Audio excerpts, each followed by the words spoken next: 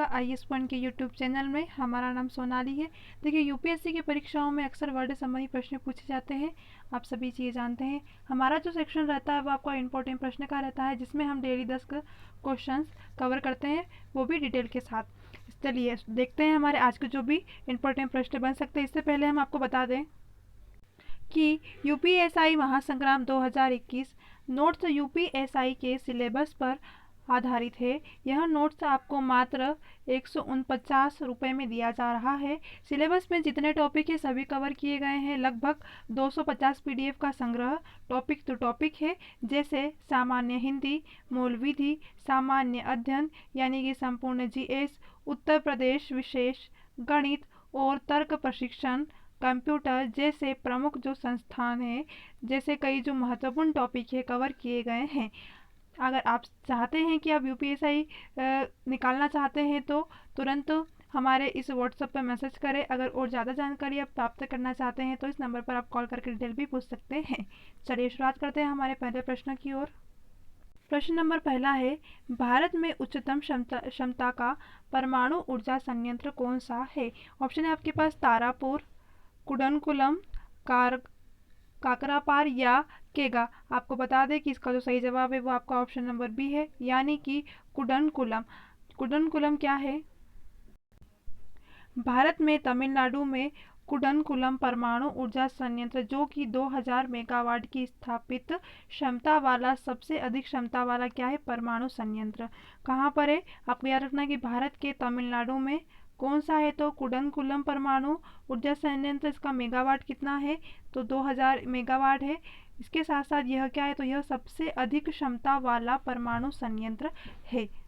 अगले प्रश्न की ओर चलते हैं। अगला प्रश्न है आपका कि स्वदेशी आंदोलन के दौरान भारतीय राष्ट्रीय कांग्रेस की अध्यक्षता किसने की? ऑप्शन है आपके पास दादा भाई Naoroji, A.O. Home, M.K. Gandhi या फिर B.G. तिलक। आपको बता दें कि स्वदेशी आंदोलन के दौरान जो भारतीय राष्ट्रीय कांग्रेस की अध्यक्षता की थी वह आपका ऑप्शन नंबर ए यानी कि दादा भाई नौरोजी ने की थी। अगला प्रश्न है आपके पास कि खिलाफत आंदोलन के बारे में निम्नलिखित में से कौन सा कथन सही है? ऑप्शन है आपके पास INC के अमृतसर अधिवेशन ने खिलाफत आंदोलन को एक नई दिशा दी। खिलाफत आंदोलन को तुर्क साम्राज्य के समर्थन करने के लिए शुरू किया गया था। आपको बता दें कि खिलाफत आंदोलन के बारे में आपका पहला और दूसरा दोनों ही सही है, यानी कि भारतीय राष्ट्रीय कांग्रेस के अमृतसर अधिवेशन ने खिलाफत आंदोलन को एक बहुत बड़ा मौका दिया या एक नई दिशा दी। ठीक है, जिन्ना की अध्यक्षता में, किसकी अध्यक्षता में? तो जिन्ना की अध्यक्षता में कलकत्ता में एक खिलाफत सम्मेलन आयोजित किया। कहाँ पर किया गया था? तो कलकत्ता में किया गया था। किसकी अध्यक्षता में? तो जिन्ना की अध्यक्षता में। आगे देखेंगे, इस आंदोलन ने को तुर्क साम्राज्य का समर्थन करने के लिए शुरू किया गया था। अब ये आंदोलन क्यों शुरू किया गया था? तो तुर्क साम्राज्य का जो समर्थन है इसी के लिए इस आंदोलन को शुरू किया गया था। किसकी अध्यक्षता में? तो जिन्ना की अध्यक्षता में। कहाँ पर? कोलकाता में। चलिए अगले प्रश्न की ओर चलते हैं। अगला प्रश्न है आपका कि अनुशीलन समिति के संस्थापक कौन थे? ऑप्शन है आपके पास GK गोखले, बरिंद्र कुमार घोष, HC मुखर्जी या फिर B.G. तिलक। आपको बता दें कि अनुशीलन जो समिति है इसके जो संस्थापक थे वो आपका ऑप्शन नंबर बी यानी कि बरिंद्र कुमार घोष ही अनुशीलन समिति के संस्थापक थे। ठीक है, अगले प्रश्न की ओर चलते हैं। अगला प्रश्न है आपके पास कि किस घटना के बाद गांधी जी ने अंग्रेजों से राष्ट्रीय समर्थन वापस ले लिया था?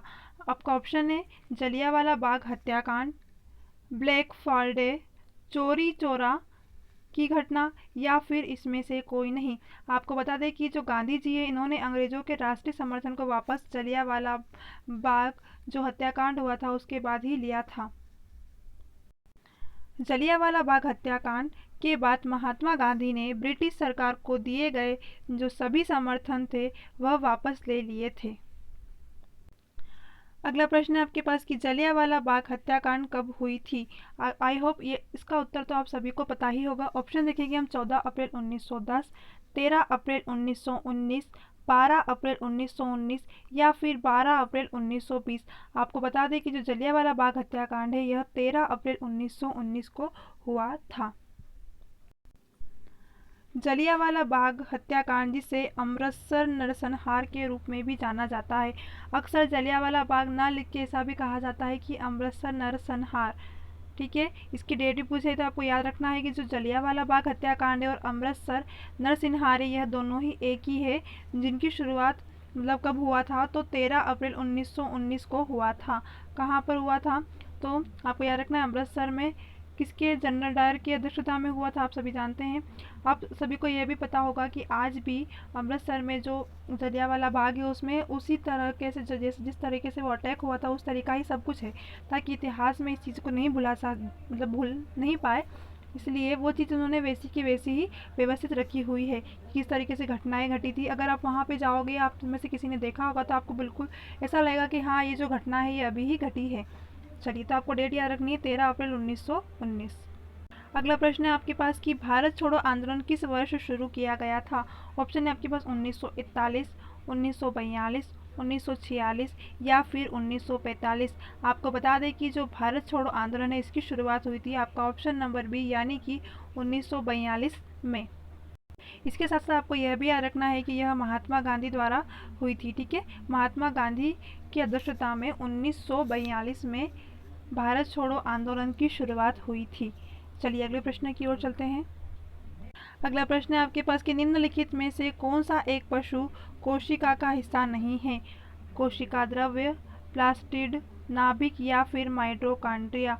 आपको बता दें, शायद ये क्वेश्चन मैंने आपका कल की जो क्लास है उसमें भी शायद दिया था, तो आपको याद रखना है कि आपका ऑप्शन नंबर क्या आएगा, प्लास्टिड जो है यह क्या है, एक पशु कोशिका का हिस्सा नहीं है। बाकी कोशिका द्रव्य, नाभिक, जो माइटोकॉन्ड्रिया है, ये जो तीनों चीज़ें यह क्या है, एक पशु कोशिका का हिस्सा है।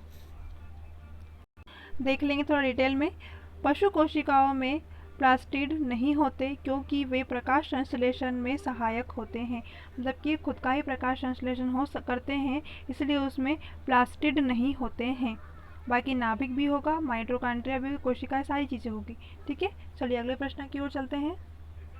अगला प्रश्न है आपके पास कि जापान में फुकुशिमा परमाणु आपदा के कारण आए भूकंप का नाम क्या था?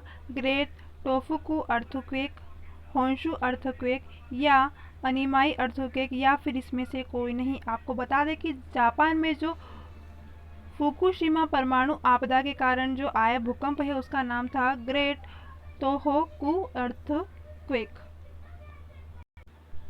देखेंगे हम, फुकुशिमा आपदा तब हुई थी जब ग्रेट तोहोकू अर्थक्वेक तट पर आया था, जिससे परमाणु ऊर्जा संयंत्र को नष्ट करने वाली एक बड़ी सुनामी आई थी। ठीक है, आपको याद रखना है कि परमाणु संयंत्र को नष्ट करने वाली क्या थी, एक ये बहुत बड़ी सुनामी थी जो कि फुकुशिमा आपदा पर हुई थी। ठीक है, क्या नाम था इसका? तो ग्रेट तोहोकू अर्थक्वेक। अर्थक्वेक का नाम भी याद रखना है। क्या थी, तो जिससे क्या हुआ था कि परमाणु ऊर्जा संयंत्र को क्या किया था, मतलब नष्ट करने के लिए क्या हुआ था, सबसे बड़ी सुनामी आई थी। आज के हमारे प्रश्न यहीं पर समाप्त होते हैं। अगर किसी प्रश्न में आपको कोई भी डिफ़िकल्टी आई हो तो वह आप हमसे कमेंट सेक्शन में ज़रूर पूछ सकते हैं। इसके साथ साथ आपको यूपीएसआई के बारे में अगर कोई भी डिटेल आप पूछना चाहते हैं तो वह भी मैंने आपको नंबर बता दिया है, उस नंबर पर आप व्हाट्सअप भी कर सकते हैं या कॉल करके भी आप सारी डिटेल से प्राप्त कर सकते हैं। चलिए, धन्यवाद। मिलते हैं हमारे अगली क्लास में, तब तक के लिए आप सभी को बेस्ट ऑफ लक।